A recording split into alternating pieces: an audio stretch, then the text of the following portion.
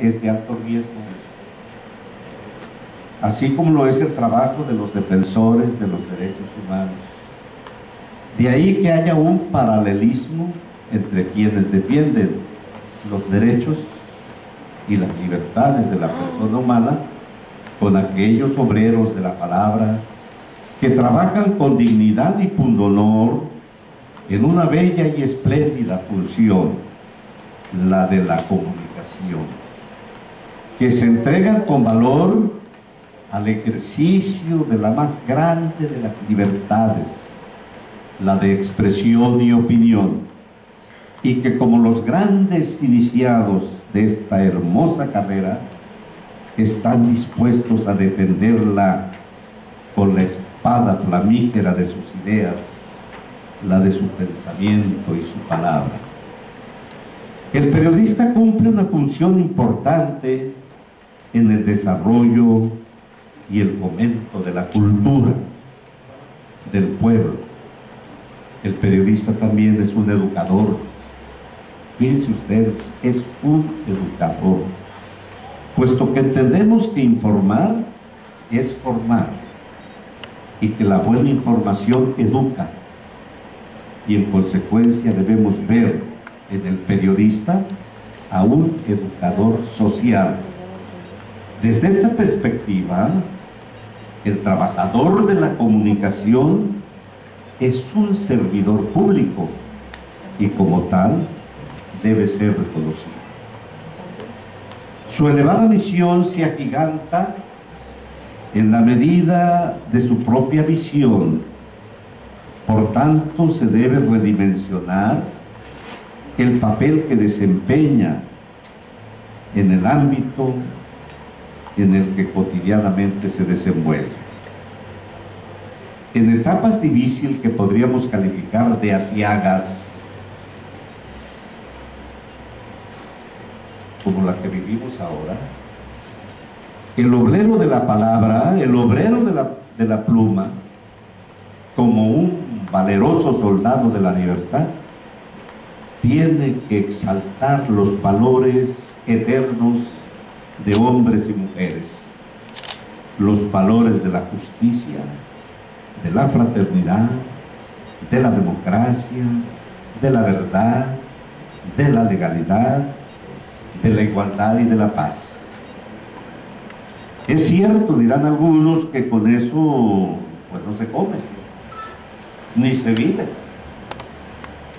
Pero sin llegar a utopías o a un idealismo extremo, aunque este sea el más puro de los idealismos, tal afirmación se puede combinar con los hechos o actos de manera objetiva y que con veracidad y objetividad se llegue a la realidad y consecuentemente a la verdad informativa, para no ser calificados o descalificados como un comunicador que sesga la información o el comentario. El autor al que me refería antes dice que todo Estado democrático es sustentado por la crítica política. A su vez, todo gobierno se siente amenazado por ella. Y bajo este conflicto subyace una de las tensiones fundamentales de la vida política, que traza el límite tras el cual comienza el autoritarismo. Fíjense ustedes, contra este autoritarismo muchas veces el periodista se ve enfrentado, y peor aún en estas etapas hasta con los poderes fácticos, y corre muchos riesgos. Y es ahí donde se presentan precisamente los riesgos a los que antes me refiero. Es por ello que se han promulgado leyes y sobre todo disposiciones constitucionales para proteger el derecho de la libre expresión de opinión, de información y de prensa. En la Constitución Política de los Estados Unidos Mexicanos se prescribe este derecho en el artículo 7º del mencionado ordenamiento supremo, que estamos transcribiendo precisamente ahí. Pero esto no es nuevo, esto es de 1917, pero ya desde mucho antes, los sentimientos de la nación, desde Lizardo, desde los movimientos liberales de México, la guerra de reforma, la restauración de la República, la revolución de 1910, la prensa ha sido combativa y combatida, y se han buscado desde entonces principios que defiendan la actividad del periodista. Y todo esto culmina con la Constitución de 1917, que para buena ventura nuestra, esta Constitución se le adelantó a Weimar, que fue una Constitución revolucionaria, y a la de Rusia, de 1919. Esta del 17 ya incorporó en sus principios mandamientos de carácter social. Y yo diría que el artículo 7º no es una garantía individual. Para mí es un derecho social, porque es derecho a la opinión, derecho a la información, en correlación con el 6º constitucional, y derecho a la libre expresión y a la libertad de prensa. Y como ustedes están viendo aquí, también el artículo 9 a la libertad de manifestación y de asociación, que es el derecho que ustedes están ejerciendo. Pero también vienen los estándares internacionales, principios de defensa de la función del periodista en la Declaración Universal de los Derechos Humanos. Ahí está el artículo 19, que quisiera leerlo, pero no me cubre ahí alguna parte. Pero ustedes pueden verlo desde donde se encuentran.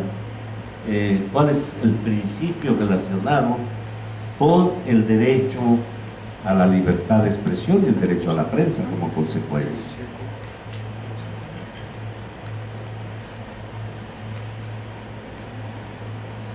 En la Convención Americana también se habla del derecho a la libertad de expresión y de prensa. Y hay algo muy importante que en la Convención Americana se protege la fuente informativa. Ustedes saben que hay antecedentes de que si ocurre un hecho y ustedes lo informan, las autoridades de la Procuraduría citan al periodista para que manifieste cómo supo esa información. Eso, de acuerdo con la Convención Americana, es indebido. La Convención Interamericana es indebido. Y aquí debe estar también ese principio de la libertad de pensamiento y expresión, de acuerdo con la Convención Americana sobre Derechos Humanos o Pacto de San José de 1969. Hay muchos preceptos, muchas disposiciones que yo creo que a veces el periodista no conoce en su real dimensión y que no los invoca en un momento dado. Inclusive nosotros expedimos una cartilla del periodista que la vamos a actualizar o la estamos actualizando porque ya hay nuevas disposiciones en donde damos a conocer cuáles son los pasos a seguir para la defensa legal de los periodistas. en un momento difícil que se pueden encontrar. Esa es la carátula o la portada de la cartilla de protección a periodistas en medios y medios de comunicación. Y vienen algunos principios dentro de esa cartilla, vienen también las direcciones de las coordinaciones regionales, donde están ubicadas, en Costa Chica, Montaña, Norte, Costa Grande, Acapulco y Tierra Caliente.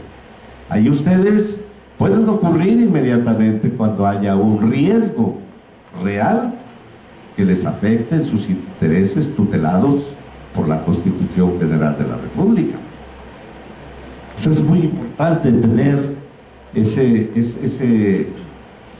pues qué diríamos, ese catecismo, esa cartilla, para el efecto de que puedan ustedes defenderse legalmente ante los tribunales.